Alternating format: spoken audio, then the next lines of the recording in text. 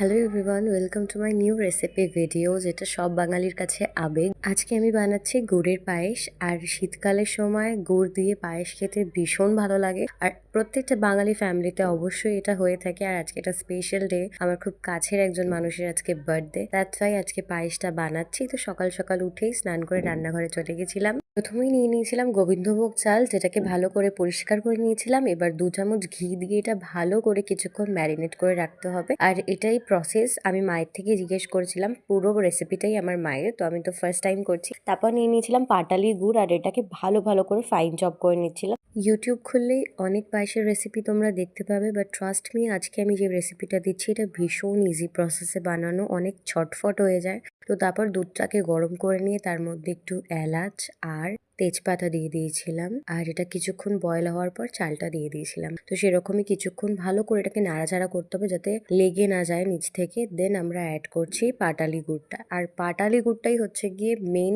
Game changer, যেটার জন্য স্বাদটাই পাল্টে যায়। আর শীতকালে এই পাটালি গুড়ের জন্যই সবাই এত রকমের মিষ্টি আর পায়েস পিঠে এগুলো বানায়, কারণ এটা আলাদাই একটা স্বাদ এনে দেয়, আলাদাভাবে কোনো এফার্টস দিতে হয় না। তো আস্তে আস্তে এবার দেখছিলাম কালারটা চেঞ্জ হচ্ছিল, আর এত ভালো লাগছিল। আর যারা ড্রাই ফ্রুটস খেতে ভালোবাসো তারা কিন্তু ড্রাই ফ্রুটস অ্যাড করতে পারো। আমি লাস্টে গার্নিশিং করার সময় একটু ড্রাই ফ্রুট অ্যাড করেছিলাম। আমি খুব বেশি ড্রাই ফ্রুটস খাই না, দ্যাটস ওয়াই আমার পার্সোনাল চয়েসে আমি অল্প স্বল্প অ্যাড করেছিলাম, বাট যারা ভালোবাসো তারা ড্রাই ফ্রুটস দিতে পারো। আর এটা এত কম সময় দারুণ খেতে হয়েছিল। ভিডিওটা কেমন লাগলো সেটা কমেন্টে জানিও। Thanks for watching. চ্যানেলে নতুন থাকলে চ্যানেলটা সাবস্ক্রাইব করে নিও। তো বাই বাই।